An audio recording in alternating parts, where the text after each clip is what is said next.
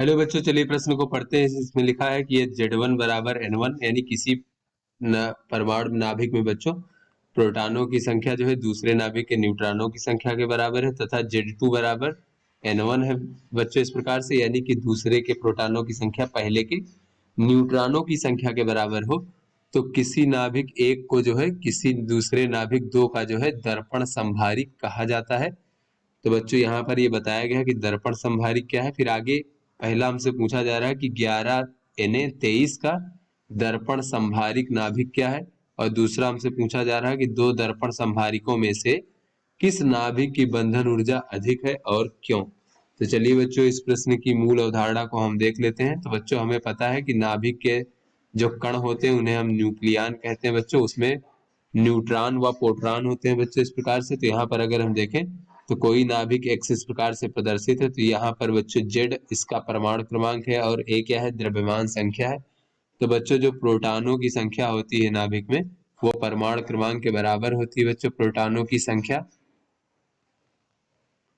और बच्चों, जो द्रव्यमान संख्या ए होता है ये बराबर होता है प्रोटॉनों की संख्या, और धन बच्चों न्यूट्रॉनों की संख्या इस प्रकार से। और संभारिक का तात्पर्य ये होता है बच्चों कि जिन नाभिकों की द्रव्यमान संख्याएं समान होती हैं उन्हें हम संभारिक कहते हैं बच्चों इस प्रकार से। तो इसके बाद बच्चों, जो नाभिक में जो न्यूक्लियन होते हैं यानी नाभिक कण न्यूट्रॉन और प्रोटॉन वो परस्पर जो है बच्चों प्रबल नाभिकीय बल द्वारा जुड़े होते हैं परस्पर बच्चों। प्रबल नाभिकीय आकर्षण बल होता है बच्चों ये।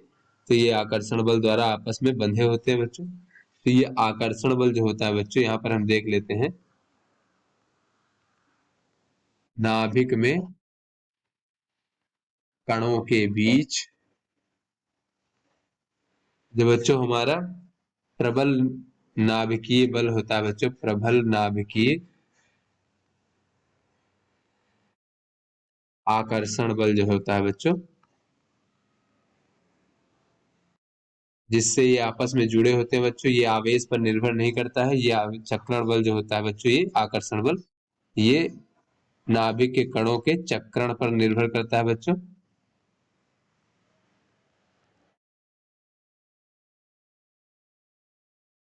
निर्भर करता है। अगर बच्चों ना जो कण जो है जो समांतर चक्रण कर रहे हैं तो उनके बीच नाभिकीय बल प्रबल होगा, अधिक होगा बच्चों उनकी तुलना में जो प्रति समांतर चक्रण कर रहे हैं। तो यहाँ पर बच्चों हम कह सकते हैं इस प्रकार से कि जो बच्चों अगर हमारे प्रोटॉनों की संख्या जो है वो सम है तो वहां पर प्रोटॉनों की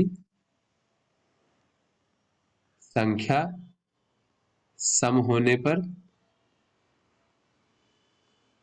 सभी जो है चक्रण जो है वो समांतर होंगे। सभी के चक्रण एक दूसरे के समांतर होंगे बच्चों।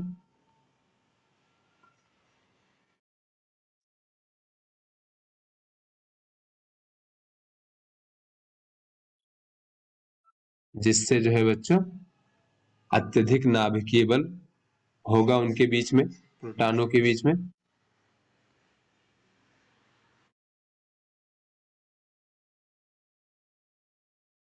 तो चलिए बच्चों अपने प्रश्न को हल करते हैं। तो यहाँ पर कहा जा रहा है, यहाँ पर बच्चों दर्पण संभारिक के बारे में बताया गया है। संभारिक जैसा कि हमने कहा कि जिन नाभिकों की द्रव्यमान संख्या समान होती है उन्हें हम संभारिक कहते हैं।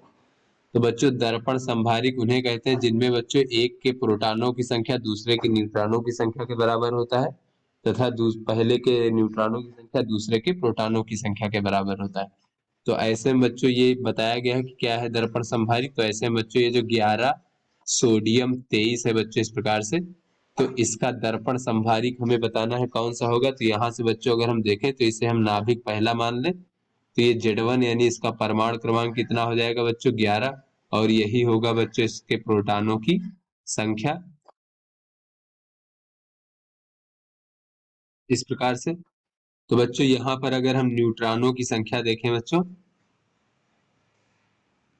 तो न्यूट्रॉनों की संख्या को N1 से प्रदर्शित कर लेते हैं जैसा कि प्रश्न में प्रदर्शित किया गया बच्चों N1। तो ये N1 बराबर हो जाएगा द्रव्यमान संख्या और माइनस प्रोटॉनों की संख्या। तो ये हो जाएगा बच्चों इस प्रकार से N1 बराबर 12 हो जाएगा न्यूट्रॉनों की संख्या। तो बच्चों यहाँ पर अगर हम देखें तो जो हमारा दर्पण संभारिक होगा इसका, इस नाभिक का दर्पण संभारिक, तो उसका परमाणु क्रमांक कितना होगा बच्चों? तो Z2 बराबर किसके होगा? N1 के बराबर होगा, यानी कि उसका परमाणु क्रमांक 12 होगा। तो बच्चों हमें पता है कि 12 जो होता है बच्चों वो परमाणु क्रमांक जो है, यानी कि नाभिक में 12 प्रोटॉनों की संख्या है, वो मैग्नीशियम का होता है बच्चों।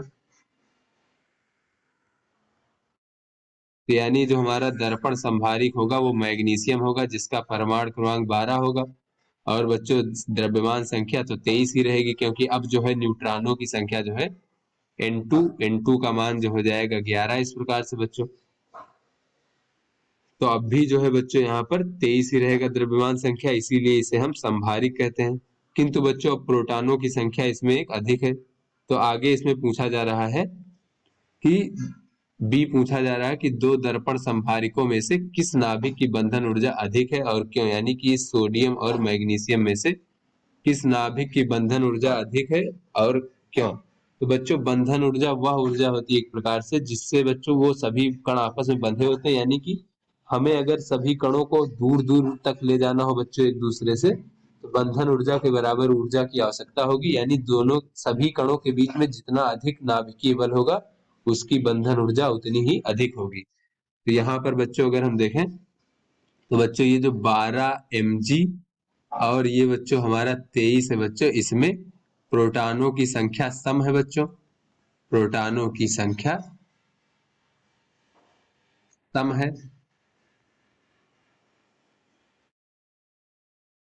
जबकि बच्चों जो हमारा दूसरा दर्पण संभारिक है 11 Na23, इसमें प्रोटॉनों की संख्या विषम है बच्चों,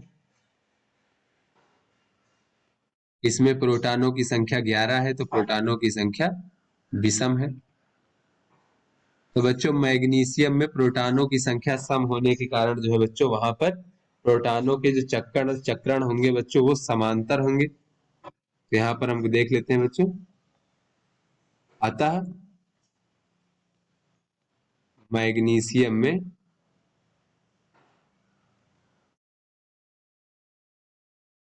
सभी प्रोटॉनों के चक्रण जो है वो समांतर होंगे बच्चों, और जबकि ये सोडियम में एक प्रोटॉन जो है वो न्यूट्रॉन के साथ प्रति समांतर चक्रण करेगा बच्चों। तो ऐसे में प्रोटॉनों के चक्रण बच्चों इसमें समांतर है,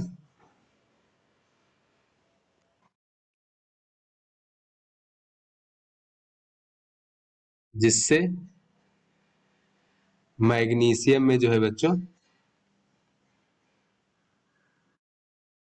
सोडियम की तुलना में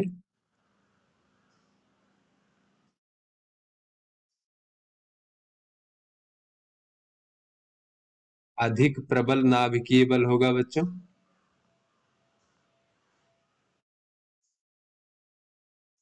तो बच्चों जितना ही अधिक प्रबल नाभिकीय बल होगा उसकी बंधन ऊर्जा उस नाभिक की उतनी ही अधिक होगी।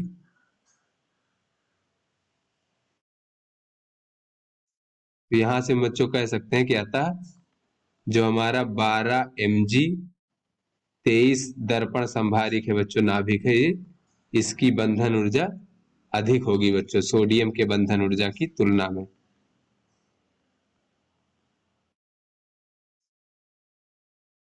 तो आशा करते हैं बच्चों ये आपको समझ में आ गया होगा। धन्यवाद।